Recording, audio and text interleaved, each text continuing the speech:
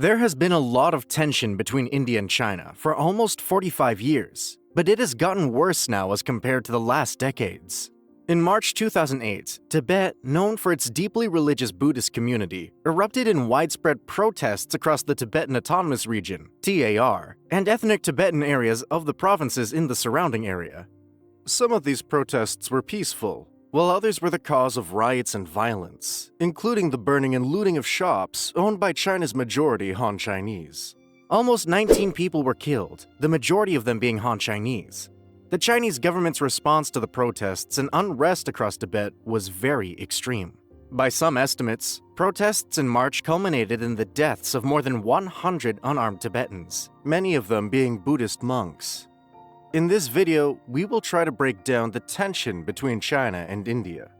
In 1950, the CCP invaded Tibet, disrupting centuries of independent ethnicity. The Chinese government believed they had regained control of a portion of their territory.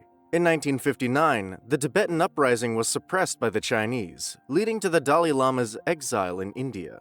The Chinese Communist Party established the Tibetan Autonomous Region, TAR, in 1965. But Tibetans still enjoy minimal autonomy due to Beijing's control of politics, economy, and culture. If we go even further back in history, the root of the Tibet problem started with China not accepting the McMahon Line in 1914 and believing that Tibet was always part of Chinese territory. The McMahon Line is the actual border between China and India, and the line is named after Sir Henry McMahon, Minister of Foreign Affairs of the British-led Government of India and chief negotiator of the Shimla Treaty. The McMahon Line was a negotiation between India and Tibet without the involvement of the Chinese government. China considers the McMahon Line illegal and unacceptable, and claims that the Tibetan officials who signed the 1914 convention in Shimla that marked the McMahon Line on the map were not authorized to do so. The Chinese government claims that China's representative, Yuan Zhang, was not an official member during the McMahon Line negotiations. According to China, Tibet will always be part of its territory, and Tibetan representatives have no authority to accept any agreement without China's consent. In 1950, China completely occupied Tibet. Currently, China neither supports nor accepts the McMahon Line. China also claims that the Shimla Accord is not binding on China because China is not a party to the Shimla Accord. China claimed a claim to the Arunachal Pradesh for the first time after occupying Tibet in 1950. Another highlight of the China and India conflict is India's opposition to the Belt and Road Initiative, BRI, being built in Pakistan by China as a token of Pak-China friendship. India's opposition to CPEC was repeatedly and loudly raised without any breaks. The crux of the problematic concerns were the shipping routes linking western China with Pakistani plains and the new deepwater port of Gwadar. The only way to reach central Pakistan from western China is through the Karakoram Highway. The Karakoram Highway is, in many ways, a high-altitude transportation corridor that is a blueprint for the Belt and Road Initiative of the 20th century. This highway was built by China and Pakistan in 1959, opened in 1979. The highway runs through what is now known as Gilgit-Baltistan, which was originally part of Jammu and Kashmir. Both India and Pakistan claim territorial sovereignty over the former princely state of Jammu and Kashmir. The Sino-Indian War was a conflict between India and China that took place mainly in the disputed Aksai Chin region along the border between the two countries. The partition of India came just as the Cold War began to change the landscape of the international relations around the world, causing a series of border disputes on the Indian subcontinent where India, Pakistan, and China converge. After conquering the state of Tibet in 1950, the Chinese government launched border battles with India in several places between the small Himalayan states of Nepal, Bhutan, and Sikkim. Aksai Chin, a remote region in the subcontinent, was once a point of contention between India and China. China attempted to connect Tibet with Xinjiang by building a military road through the region. India objected to the Chinese presence, which it claimed as part of the Ladakh region under Indian administration. In 1962, China attacked the region, resulting in the defeat of Indian forces and the opening of Assam to invaders. The Cuban Missile Crisis led to a unilateral ceasefire between China and India, retaining control of the area. The area still remained a conflict whatsoever between the two countries. Moving on to how India is trying to checkmate China over its own cunning advances. Debt is the worst form of poverty. and people who borrow quickly are usually slow to pay it back. China knows this better than anyone.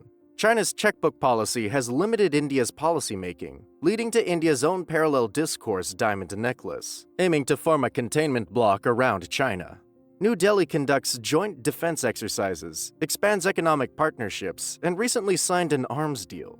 New Delhi is intensifying joint defense drills and arms exercises, expanding economic partnerships, and striking game-changing arms deals to dominate the Asia-Pacific. India, a majestic city with a long coastline, faces challenges in the Indian Ocean, a major route for international trade connecting the Pacific and Atlantic Oceans. China, using the string of pearls strategy, seeks to exploit the Indian Ocean's depths for its pearls, aiming to dominate the region and leave the other's economy behind. Insatiable appetite drives geopolitics in the Asia-Pacific, with China's debt trap policy causing broken promises and frustrations among nations indebted. India's necklace of diamonds strategy aims to create a security umbrella by increasing naval bases, forging military partnerships, and expanding power projection across the region. India has been signing diplomatic deals to counter China's string of pearls, including a naval base on Assumption Island leased to the Indian Navy in 2015. This location near the Mozambique Channel provides a base of operations on the African continent and enables India to connect to the North-South transport corridor.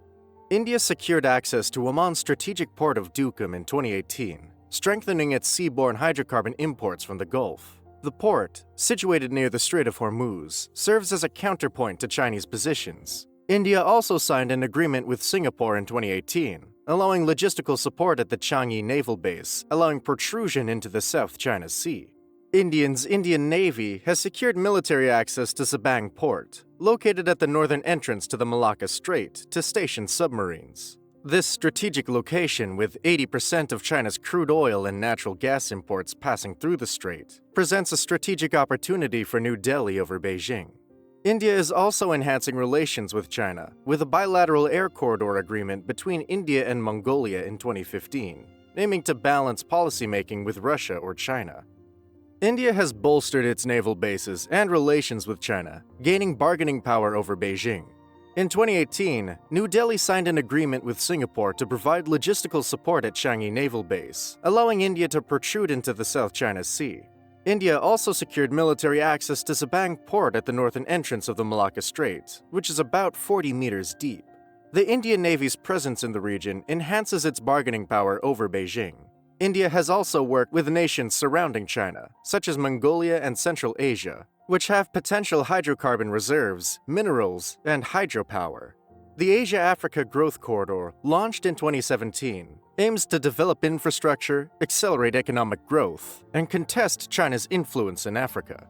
Despite these efforts, India's reputation in the ASEAN region is seen as weak, with members questioning India's resolve and capacity to match China's capabilities. India and China face challenges in the ASEAN region, with some agreed-upon deals wavering. China holds significant lobbying power in Seychelles, while India faces challenges in Iran due to strict sanctions. China's wealth and influence allow it to invest in areas where India cannot, such as the Chabahar port. India has also neglected armed sales, despite having established defensive systems in Bangladesh, Sri Lanka, Seychelles, and the Maldives. China has mastered arms sales, boosting its foothold across the Asia-Pacific, but India is learning from its mistakes and is now focusing on arms sales. In December 2022, India's BrahMos Aerospace offered to sell supersonic missiles to Vietnam and the Philippines, which are both suspicious of Beijing.